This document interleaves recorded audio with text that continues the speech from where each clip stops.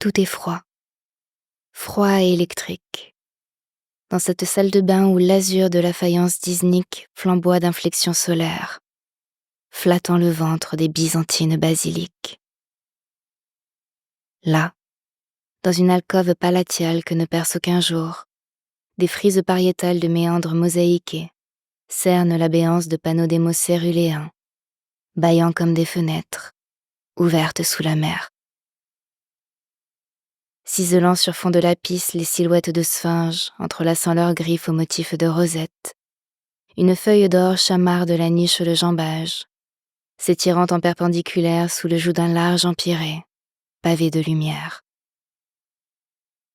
Dans la dalle d'un miroir vernissant le sol comme un liquide renversé, l'axiale symétrie d'une flaque brasillante se décuple à l'infini, chavirant l'espace d'un roulis fondant l'ambre et le saphir, en pleines adversaires que froissent nos pieds, mi-mer aurifère, mi-ciel étoilé.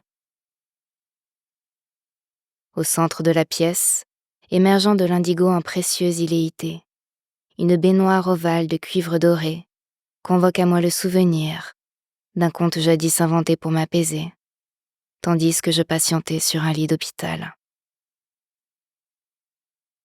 Il était une princesse dans un grand palais terne où ne résonnait aucun rire, ne flottait aucun parfum, ne brillait aucun joyau.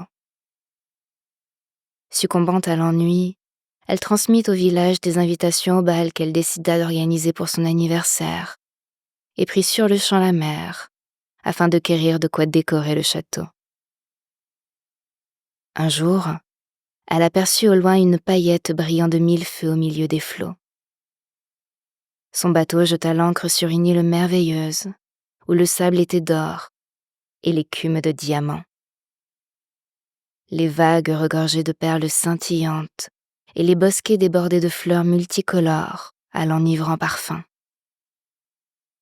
Dans la cime des arbres chantaient des oiseaux à la mélodie plus envoûtante que celle des sirènes, et de leurs branches pendaient des fruits à l'allure de friandises. Enchantée de sa découverte, la princesse rapporta tous ses trésors au palais. Le sol de la grande salle fut recouvert de sable d'or, et des rideaux de fleurs furent ajoutés aux fenêtres afin que le vent répande leur odeur. Les oiseaux se perchèrent à leur guise et firent résonner leur plus belle musique.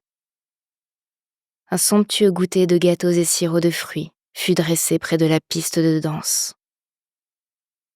La princesse se fit confectionner une robe de bal avec les diamants de l'écume, ainsi qu'un collier des perles pêchées dans la mer.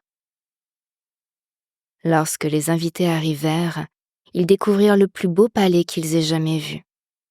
Et l'anniversaire de la princesse devint la fête la plus merveilleuse de toute l'histoire de son pays.